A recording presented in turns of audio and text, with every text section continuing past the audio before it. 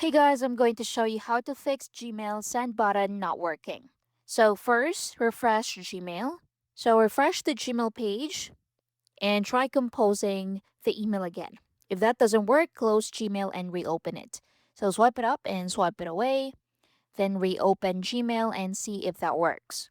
Next is to check your internet connection. So open settings, open Wi-Fi, and make sure you're connected to a stable connection. You can switch to another network or turn this off for about 10 to 30 seconds, then turn it back on, connect to a stable internet, reopen Gmail, reload the page, and see if that works. Next is to sign out and sign back in. So sign out of your Google account, close the browser or the app, then reopen it and sign back in. Then try sending a new email and see if that works. Next is to check your Gmail storage. If your Google account storage is full, Gmail functionality can be affected.